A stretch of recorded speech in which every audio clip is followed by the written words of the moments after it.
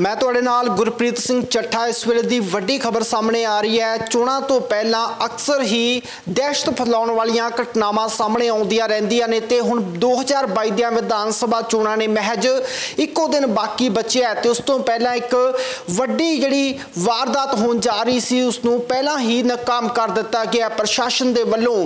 तां दस दईए कि एक बंब मिलण दी घटना सामने आई है। आखिर बंब किस दे वल्लों रखिया गया ते कित्थों मिलिया, तमाम जानकारी तुहानूं देण जा रहे हैं। ते साडे नाल इस वक्त साडे सीनियर पत्रकार अवतार सिंह गिल साडे नाल मौजूद ने।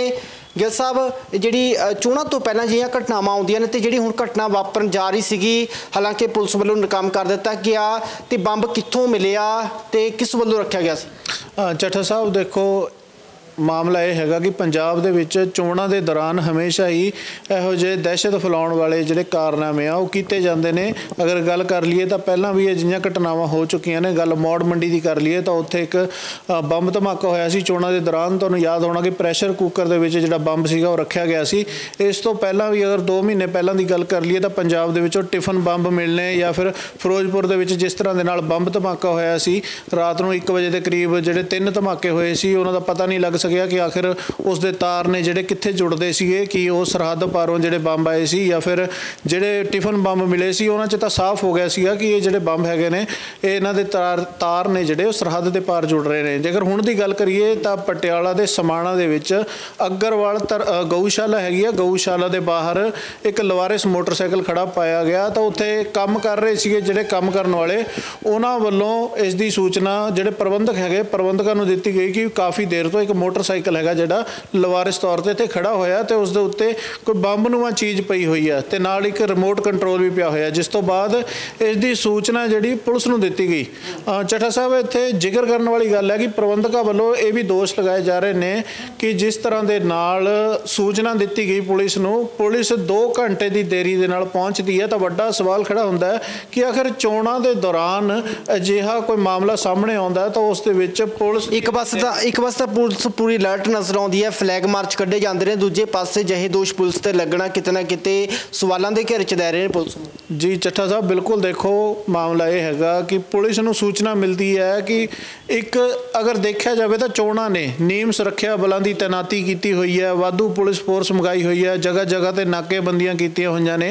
तो इस दे दौरान अगर पुलिस नूं एड्डी वड्डी सूचना मिलती है कि समाणा गऊशाला अग्रवाल गऊशाला के बाहर एक लवारिस मोटरसाइकिल ते बमनुमा चीज़ टंगी हुई है जिस दे नाल एक रिमोट कंट्रोल भी पिया होया, तो उस तो बाद पुलिस की जिहड़ी कारगुजारी है वो ढिली नज़र आउंदी है। 2 घंटे बाद पहुंचना, अगर गल कर लीए पटियाला तो समाणा दा गल कर लीए तो कोई रस्ता ज़्यादा भी नहीं है, 25 किलोमीटर का रस्ता, लेकिन समाणा पुलिस ही 2 घंटे बाद पहुंची है। जे देरी होर हो जाती तो जानी ते माली नुकसान वड्डा हो सकता सी, कहने का मतलब। देखो ਚੱਠਾ साहब, हाले तक ये साफ नहीं हो सकिया कि ये जिहड़ी बंबनुमा चीज़ मिली है ये बंब है या नहीं है, क्योंकि हले जांच चल रही है।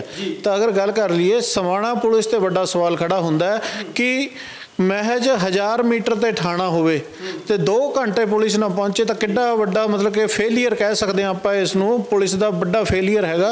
तो जो पुलिस पहुंचती है उस तो बाद पटियाले SSP पटियाला नूं सूचित किया जाता है, उस तो बाद इत्थों टीम भेजी जाती है, बंब निरोधक दस्ता भेजा जाता है, डॉग स्क्वाड भेजा जाता है, उस तो बाद उसकी जिहड़ी सारी जांच हैगी जिहड़ी शुरू की जाती है।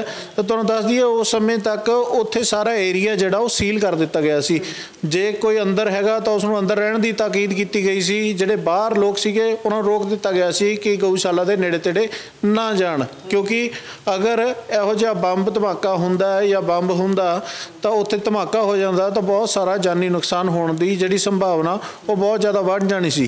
तो जिहड़ी जांच हैगी जांच की जा रही है, देखना यह होगा कि ये किसी शरारती अंसर वालों दहशत फैलाउण दे लई अजिहा कारनामा किया गया या फिर सच दे विच ही ये जिहड़ा बंब हैगा समाणा दे विच रखिया गया सी।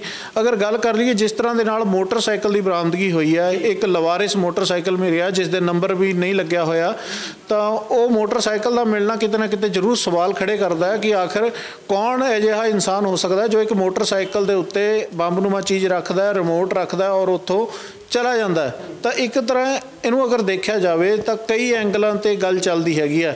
ਗੱਲ ਕਰ ਲਈਏ ਜਿਸ ਤਰ੍ਹਾਂ ਦੇ ਨਾਲ ਗਊਸ਼ਾਲਾ ਦੇ ਬਾਹਰ ਇਸ ਘਟਨਾ ਨੂੰ ਅੰਜਾਮ ਦੇਣ ਦੀ ਕੋਸ਼ਿਸ਼ ਕੀਤੀ ਗਈ ਹੈ, ਜਿਸ ਤਰ੍ਹਾਂ ਦੇ ਨਾਲ ਇਹ ਬੰਬ ਗਊਸ਼ਾਲਾ ਦੇ ਬਾਹਰ ਰੱਖਿਆ ਗਿਆ, ਤਾਂ ਕਿਤੇ ਨਾ ਕਿਤੇ ਹਿੰਦੂ ਕਮਿਊਨਿਟੀ ਹੈ ਜਿਹੜੀ ਉਸ ਨੂੰ ਟਾਰਗੇਟ ਕਰਨ ਦੀ ਵੀ ਕੋਸ਼ਿਸ਼ ਕੀਤੀ ਗਈ ਹੈ, ਕਿਉਂਕਿ ਕੋਸ਼ਿਸ਼ ਕੀਤੀ ਜਾ ਰਹੀ ਹੈ ਕਿ ਪੰਜਾਬ ਦੀ ਜਿਹੜੀ ਸ਼ਾਂਤੀ ਹੈ ਉਸ ਨੂੰ ਭੰਗ ਕੀਤਾ ਜਾ ਸਕੇ। ਤਾਂ ਕਿਤੇ ਨਾ ਕਿਤੇ ਇਹ ਜਿਹੜੀਆਂ ਸਮਾਜ ਵਿਰੋਧੀ ਗਤੀਵਿਧੀਆਂ ਜਾਂ ਜਿਹੜੇ ਸ਼ਰਾਰਤੀ ਅਨਸਰ ਨੇ ਜਾਂ ਫਿਰ ਸਮਾਜ ਵਿਰੋਧੀ ਅਨਸਰ ਹੈਗੇ, ਉਹਨਾਂ ਵੱਲੋਂ ਅਜਿਹੇ ਕਾਰਨਾਮੇ ਨੇ ਜਿਹੜੇ ਅਕਸਰ ਕੀਤੇ ਜਾਂਦੇ ਨੇ। ਖਾਸ ਕਰਕੇ ਚੋਣਾਂ ਦੇ ਦੌਰਾਨ ਅਜਿਹੇ ਮਾਮਲੇ ਜ਼ਰੂਰ ਸਾਹਮਣੇ ਆਉਂਦੇ ਨੇ। ਭਾਜਪਾ ਦੀਆਂ ਪੰਜਾਬ 'ਚ ਰੈਲੀਆਂ ਹੋ ਰਹੀਆਂ ਨੇ, ਪ੍ਰਧਾਨ ਮੰਤਰੀ ਦੇਸ਼ ਦੇ ਜਾਂ ਗ੍ਰਹਿ ਮੰਤਰੀ ਪੰਜਾਬ ਦੇ ਵਿੱਚ ਚੋਣ ਰੈਲੀਆਂ ਕਰ ਰਹੇ ਨੇ, ਤੇ ਉਹਨਾਂ ਦੇ ਵੱਲੋਂ ਸੁਰੱਖਿਆ ਦਾ ਮੁੱਦਾ ਹੀ ਚੁੱਕਿਆ ਗਿਆ। ਤਾਂ ਇਸ ਤਰ੍ਹਾਂ ਦੀਆਂ ਘਟਨਾਵਾਂ ਜਿਹੜੀਆਂ ਹੁਣ ਸਾਹਮਣੇ ਆ ਰਹੀਆਂ ਨੇ ਲਗਾਤਾਰ, ਤਾਂ ਕੀ ਲੱਗਦਾ ਹੈ ਕਿ ਪੰਜਾਬ ਵਾਕਈ ਸੁਰੱਖਿਅਤ ਨਹੀਂ ਹੈਗਾ? ਚੱਠਾ ਸਾਹਿਬ ਦੇਖੋ, ਸਭ ਤੋਂ ਵੱਡੀ ਗੱਲ ਜਿਹੜੀ ਹੈਗੀ ਹੈ, ਅਗਰ ਆਪਾਂ ਗੱਲ ਕਰ ਲਈਏ ਜਿਸ ਤਰ੍ਹਾਂ ਦੇ ਨਾਲ ਅੱਜ ਪਟਿਆਲਾ ਦਾ ਮਾਹੌਲ ਸੀਗਾ, ਪਟਿਆਲਾ ਦੇ ਵਿੱਚ ਰੱਖਿਆ ਮੰਤਰੀ ਆਏ ਹੋਏ ਸੀ ਰਾਜਨਾਥ ਸਿੰਘ, ਜੋ ਕਿ ਕੈਪਟਨ ਅਮਰਿੰਦਰ ਸਿੰਘ ਦੇ ਲਈ ਚੋਣ ਪ੍ਰਚਾਰ ਕਰ ਰਹੇ ਸੀ। ਤਾਂ ਇੱਥੋਂ ਮਹਿਜ 25 ਕਿਲੋਮੀਟਰ ਦੂਰ ਹੈ ਸਮਾਣਾ। ਤਾਂ ਵੱਡਾ ਸਵਾਲ ਇਹ ਖੜਾ ਹੁੰਦਾ ਹੈ ਕਿ ਆਖਿਰ ਜਿਸ ਦਿਨ ਦੇਸ਼ ਦੇ ਰੱਖਿਆ ਮੰਤਰੀ ਪਟਿਆਲਾ ਦੇ ਵਿੱਚ ਪਹੁੰਚੇ ਹੋਏ ਨੇ, ਤਾਂ ਇਸੇ ਦਿਨ ਇਸੇ ਜ਼ਿਲ੍ਹੇ ਦੇ ਸਮਾਣਾ ਦੇ ਵਿੱਚ ਅਜਿਹੀ ਵਾਰਦਾਤ ਨੂੰ ਅੰਜਾਮ ਦਿੱਤਾ ਜਾਂਦਾ। ਉੱਥੇ ਬੰਬਨੁਮਾ ਚੀਜ਼ ਰੱਖੀ ਜਾਂਦੀ ਹੈ, ਉਸ ਤੋਂ ਬਾਅਦ ਪੂਰੇ ਇਲਾਕੇ ਦੇ ਵਿੱਚ ਦਹਿਸ਼ਤ ਦਾ ਮਾਹੌਲ ਬਣ ਜਾਂਦਾ। ਤਾਂ ਅਗਰ ਬੰਬ ਹੁੰਦਾ ਜਾਂ ਫਟ ਜਾਂਦਾ ਤਾਂ ਵੱਡੇ ਲੈਵਲ 'ਤੇ ਰੌਲਾ ਪੈਣਾ ਸੀ, ਕਿਉਂਕਿ ਰੱਖਿਆ ਮੰਤਰੀ ਦਾ ਇੱਥੇ ਹੋਣਾ ਔਰ ਨੇੜੇ ਤੇੜੇ ਬੰਬ ਧਮਾਕਾ ਹੋ ਜਾਣਾ, ਤਾਂ ਇਹ ਜਿਹੜਾ ਮੁੱਦਾ ਹੈਗਾ ਬਹੁਤ ਵੱਡਾ ਬਣ ਜਾਣਾ ਸੀ। ਉਹ ਤਾਂ ਤੁਸੀਂ ਸ਼ੁਕਰ ਕਰੋ ਕਿ ਇਹ ਧਮਾਕਾ ਨਹੀਂ ਹੋਇਆ। ਉੱਥੋਂ ਦੇ ਜਿਹੜੇ ਲੋਕ ਹੈਗੇ ਨੇ ਉਹਨਾਂ ਦੀ ਜਾਗਰੂਕਤਾ ਦੇ ਚੱਲਦੇ ਉਸ ਤੋਂ ਪਹਿਲਾਂ ਹੀ ਇਸ ਦੀ ਸੂਚਨਾ ਦੇ ਦਿੱਤੀ ਗਈ, ਲੇਕਿਨ ਪੁਲਿਸ ਦਾ ਬਹੁਤ ਵੱਡਾ ਫੇਲੀਅਰ ਜਿਹੜਾ ਸਾਹਮਣੇ ਆਇਆ। ਜੇਕਰ ਗੱਲ ਕੀਤੀ ਜਾਵੇ ਰਾਜਨੀਤੀ ਦੀ, ਤਾਂ ਅਜਿਹੇ ਮੁੱਦਿਆਂ ਦੇ ਰਾਜਨੀਤੀ ਵੀ ਹੁੰਦੀ ਨਜ਼ਰ ਆਉਂਦੀ ਹੈ, ਤੇ ਚੋਣਾਂ ਤੋਂ ਪਹਿਲਾਂ ਅਜਿਹੇ ਮੁੱਦੇ ਜਿਹੜੇ ਸਾਹਮਣੇ ਆਉਂਦੇ ਨੇ ਕਿਤੇ ਨਾ ਕਿਤੇ ਚੋਣਾਂ ਤੋਂ ਪਹਿਲਾਂ ਰਾਜਨੀਤਿਕ ਰੂਪ ਵੀ ਧਾਰਨ ਕਰਦੇ ਨੇ। ਤਾਂ ਵਿਰੋਧੀ ਮੌਜੂਦਾ ਸਰਕਾਰ ਦੇ ਉੱਤੇ ਕਿਤੇ ਨਾ ਕਿਤੇ ਦੋਸ਼ ਲਾਉਂਦੇ ਨਜ਼ਰ ਆਉਂਦੇ ਨੇ ਇਸ ਨੂੰ ਲੈ ਕੇ। ਤਾਂ ਕੀ ਲੱਗਦਾ ਹੈ ਕਿ ਅਜਿਹੇ ਮੁੱਦਿਆਂ 'ਤੇ ਜਿਹੜੀ ਸਿਆਸਤ ਹੋਣੀ ਉਹ ਜਾਇਜ਼ ਹੈ ਜਾਂ ਨਹੀਂ? ਚੱਠਾ ਸਾਹਿਬ ਦੇਖੋ, ਗੱਲ ਇਹ ਹੈਗੀ ਆ, ਸੁਰੱਖਿਆ ਦੇ ਮੁੱਦੇ ਦੇ ਉੱਤੇ ਸਿਆਸਤ ਨਹੀਂ ਹੋਣੀ ਚਾਹੀਦੀ, ਕਿਉਂਕਿ ਸੁਰੱਖਿਆ ਦਾ ਮੁੱਦਾ ਹੈਗਾ ਜਿਹੜਾ ਇਕੱਲਾ ਨੇਤਾਵਾਂ ਜਾਂ ਪੋਲੀਟੀਕਲ ਪਾਰਟੀਆਂ ਨਾਲ ਨਹੀਂ ਜੁੜਿਆ ਹੋਇਆ। ਸੁਰੱਖਿਆ ਦਾ ਮੁੱਦਾ ਹਰ ਇੱਕ ਇਨਸਾਨ ਦੇ ਨਾਲ ਜੁੜਿਆ ਹੋਇਆ ਹੈ। ਜਿਹੜਾ ਵੀ ਇਨਸਾਨ ਇੱਥੇ ਰਹਿ ਰਿਹਾ ਹੈ ਜਾਂ ਜਿਹੜਾ ਨੇੜੇ ਤੇੜੇ ਦਾ ਵਾਸੀ ਹੈ, ਜਿਹੜਾ ਪੰਜਾਬ ਦਾ ਵਾਸੀ ਹੈ ਜਾਂ ਸਾਡੇ ਦੇਸ਼ ਦਾ ਵਾਸੀ ਹੈ, ਕਿਤੋਂ ਦੀ ਵੀ ਗੱਲ ਕਰ ਲਈਏ, ਤਾਂ ਸੁਰੱਖਿਆ ਹਰ ਇੱਕ ਦੇ ਲਈ ਜ਼ਰੂਰੀ ਹੈਗੀ ਹੈ। ਜ਼ਰੂਰੀ ਨਹੀਂ ਕਿ ਨੇਤਾ ਦੀ ਸੁਰੱਖਿਆ ਕਿਸੇ ਆਮ ਆਦਮੀ ਨਾਲੋਂ ਜ਼ਿਆਦਾ ਹੋਣੀ ਚਾਹੀਦੀ ਹੈ। ਮੰਨਿਆ ਉਹਨਾਂ ਨੂੰ ਗਨਮੈਨ ਸਿਕਿਉਰਿਟੀ ਦਿੱਤੀ ਜਾਂਦੀ ਹੈ, ਉਹ ਵੀ ਇਸ ਲਈ ਦਿੱਤੀ ਜਾਂਦੀ ਹੈ ਕਿ ਕਿਤੇ ਕੋਈ ਅਣਸੁਖਾਵੀ ਘਟਨਾ ਨਾ ਵਾਪਰ ਜੇ। ਅਗਰ ਗੱਲ ਕਰ ਲਈਏ ਜਾਨ ਦੀ ਕੀਮਤ, ਨੇਤਾ ਦੀ ਵੀ ਉਨੀ ਹੋਈ ਹੈ ਤੇ ਵੋਟਰ ਦੀ ਵੀ ਉਨੀ ਹੈ, ਕਿਉਂਕਿ ਅਗਰ ਵੋਟਰ ਹੈ ਤਾਂ ਨੇਤਾ ਹੈ। ਤਾਂ ਕਿਤੇ ਨਾ ਕਿਤੇ ਮੁੱਦਾ ਜ਼ਰੂਰ ਬਣਾਇਆ ਜਾਊਗਾ ਇਸ ਗੱਲ ਨੂੰ। ਆਪਾਂ ਕਹਿ ਲਈਏ ਜਿਸ ਤਰ੍ਹਾਂ ਦੇ ਨਾਲ ਭਾਜਪਾ ਪੰਜਾਬ ਦੇ ਵਿੱਚ ਭਾਜਪਾ ਨੇ ਐਂਟਰੀ ਮਾਰੀ ਹੈ, ਆਪਣੇ ਉਮੀਦਵਾਰ ਉਤਾਰੇ ਨੇ, ਜਾਂ ਫਿਰ ਜਿਸ ਤਰ੍ਹਾਂ ਦੇ ਨਾਲ ਚੋਣਾਂ ਦੇ ਵਿੱਚ ਸਰਗਰਮ ਹੈਗੀ ਭਾਜਪਾ, ਤਾਂ ਇਸ ਨੂੰ ਮੁੱਦਾ ਜ਼ਰੂਰ ਬਣਾਇਆ ਜਾਊਗਾ। ਪੰਜਾਬ ਸਰਕਾਰ ਦਾ ਫੇਲੀਅਰ ਵੀ ਦੱਸਿਆ ਜਾਊਗਾ ਕਿ ਪੰਜਾਬ ਸਰਕਾਰ ਦਾ ਵੱਡਾ ਫੇਲੀਅਰ ਹੈਗਾ। ਰੱਖਿਆ ਮੰਤਰੀ ਪਟਿਆਲੇ ਦੇ ਵਿੱਚ ਸੀ, ਪਟਿਆਲੇ ਦੇ ਵਿੱਚ ਐਡੀ ਵੱਡੀ ਘਟਨਾ ਵਾਪਰ ਜਾਂਦੀ ਹੈ ਤਾਂ ਹੋ ਸਕਦਾ ਹੈ ਬੰਬ ਧਮਾਕਾ ਹੋ ਜਾਂਦਾ, ਵੱਡਾ ਨੁਕਸਾਨ ਹੋ ਜਾਂਦਾ, ਹੋ ਸਕਦਾ ਇਹੀ ਬੰਬ ਪਟਿਆਲਾ ਦੇ ਵਿੱਚ ਰੱਖਿਆ ਜਾਂਦਾ। ਗੱਲਾਂ ਬਹੁਤ ਸਾਰੀਆਂ ਹੋਣਗੀਆਂ, ਲੇਕਿਨ ਫਿਰ ਵੀ ਤੁਸੀਂ ਕਹੋ ਵੀ ਸੁੱਖ ਵਾਲੀ ਜਿਹੜੀ ਗੱਲ ਹੈਗੀ ਹੈ ਤਾਂ ਉਹ ਇਹ ਹੈਗੀ ਹੈ ਕਿ ਇਹ ਬੰਬ ਫਟਿਆ ਨਹੀਂ, ਇਹਨੂੰ ਮੌਕੇ 'ਤੇ ਹੀ ਰੋਕ ਲਿਆ ਗਿਆ। ਬੰਬ ਨਿਰੋਧਕ ਦਸਤੇ ਵੱਲੋਂ ਜਾ ਕੇ ਉਸ ਨੂੰ ਡਿਫਿਊਜ਼ ਕਰਨ ਦੀ ਜਿਹੜੀ ਕਾਰਵਾਈ ਆ ਉਹ ਵੀ ਸ਼ੁਰੂ ਕਰ ਦਿੱਤੀ ਗਈ।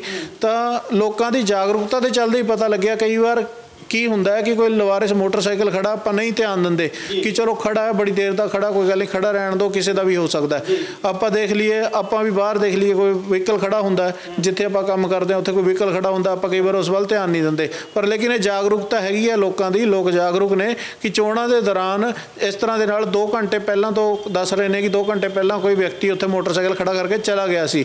ਤਾਂ ਵੱਡੀ ਗੱਲ ਇਹ ਹੈਗੀ ਹੈ ਕਿ ਗਊਸ਼ਾਲਾ ਦਾ ਜਿਹੜਾ ਏਰੀਆ ਹੈਗਾ, ਉਸ ਏਰੀਏ ਦੇ ਅੰਦਰ ਮੋਟਰਸਾਈਕਲ ਨੂੰ ਪਾਰਕ ਕੀਤਾ ਗਿਆ ਸੀ।